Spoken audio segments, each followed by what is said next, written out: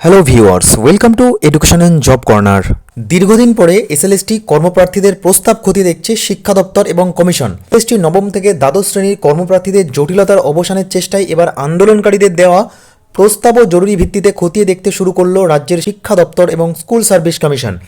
আন্দোলনকারীদের বক্তব্য নিয়ে বুধবার বিকাশ ভবনে আলোচনায় বসেন শিক্ষামন্ত্রী ব্রাত্য বসু, শিক্ষা সচিব মনীষ জৈন, কমিশনের চেয়ারম্যান সিদ্ধার্থ মজুমদার, তাদের আইনি অফিসাররাও। কর্মপ্রার্থীদের বক্তব্যগুলি তাদের সামনে তুলে ধরেন প্রাক্তন সাংসদ কুণাল ঘোষ। তার কাছে গিয়ে প্রস্তাবগুলি রেখেছিলেন আন্দোলনকারীরা। বৈঠকে বারবার আইনি জটিলতার কথা উঠে আসে। পরিস্থিতির চুলচেরা বিশ্লেষণ হয়, ঠিক হয়, সমস্যার দ্রুত সমাধানের সবকটি পথে চেষ্টা করা হবে। তবে আবার কেউ কোনো মামলা করে দিলে বিষয়টা আবার আটকে যাবে বা সিবিআই তদন্তের নির্দেশ হতে পারে, এই আশঙ্কাও আলোচিত হয়। আন্দোলনকারীদের প্রস্তাব ছিল আদালতে সমাধানের পাশাপাশি বিকল্প পথেও চেষ্টা হোক। আইনি শর্তাধীনভাবে নিয়োগ প্রক্রিয়া শুরু করুক কমিশন। যদি আদালত তাদের স্থগিতাদেশ দেয় তখন কর্মপ্রার্থীরা সেটা মেনে নেবেন।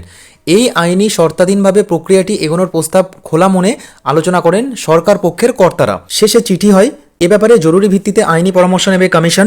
কমিশনের চেয়ারম্যান কথা বলবেন আইনজ্ঞদের সঙ্গে, বিশেষ করে রাজ্যের অ্যাডভোকেট জেনারেল কিশোর দত্তর সঙ্গে।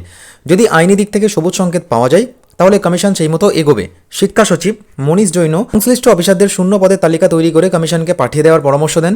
যদি আইনি সম্মতি পাওয়া যায় সেক্ষেত্রে সেই শূন্য পদকে সামনে রেখেই এগোবে নিয়োগ প্রক্রিয়া এবং এই সংক্রান্ত আরও যা যা বিষয় রয়েছে সেইগুলি নিয়ে সরকারি পদক্ষেপ শুরু হবে। বৈঠকের পর সাংবাদিকদের প্রশ্নের জবাবে কুণাল ঘোষ বলেন, সরকারের কেউ নই, আন্দোলনকারীরা আমাকে যা বলেছিলেন আমি সেগুলি তুলে ধরেছি। সরকার সদিচ্ছা দেখাচ্ছে। শিক্ষামন্ত্রী আন্তরিক। আদালত সংক্রান্ত জটিলতাগুলির জন্য দ্রুত পদক্ষেপ আটকে যাচ্ছে। আমরা দ্রুত নিয়োগ চাই। শেষ পর্যন্ত আন্দোলনকারীদের তরফে যে আইনি শর্তাধীন নিয়োগ প্রক্রিয়ার কথা বলা হয়েছিল সেটি নিয়েও কথা হয়েছে। কমিশন এ বিষয়ে দ্রুত আইনি পরামর্শ নেবে। এদিন এসএলএসটি শারীরশিক্ষা কর্মশিক্ষা সংক্রান্ত মামলাটিও ছিল, কিন্তু বিচারপতি বিশ্বজিৎ বসু এদিন এজলাসে না বসায় শুনানি হয়নি। হতাশ কর্মপ্রার্থীরা বলেন, মাননীয় মুখ্যমন্ত্রী আমাদের নিয়োগের জন্য যা যা করার করে দিয়েছেন। প্রক্রিয়া চলছিল, আমাদের প্যানেলে কোনো বিতর্কও নেই, কিন্তু যারা চায় না চাকরি হোক তারা কোর্টে গিয়ে অযোগ্যদের হয়ে মামলা করে স্থগিতাদেশ দিয়ে আমাদের নিয়োগ আটকে রেখেছে। আমাদের আশা ছিল আগের শুনানিগুলির পর এদিন মহামান্য হাইকোর্ট স্থগিতাদেশ সরিয়ে আমাদের নিয়োগে ছাড়পত্র দেবেন, কিন্তু আজ আদালত না বসায় আমাদের মন ভেঙে গিয়েছে। দেখুন, বিষয়টি হলো যে আপনারা জানেন যে কর্মশিক্ষা এবং শারীরশিক্ষা বিষয়ে প্যানেলভুক্ত চাকরি প্রার্থীরা আছেন, তাদের কিন্তু জয়নিং আটকে গেছিল হাইকোর্টে মামলা হওয়ার দরুন।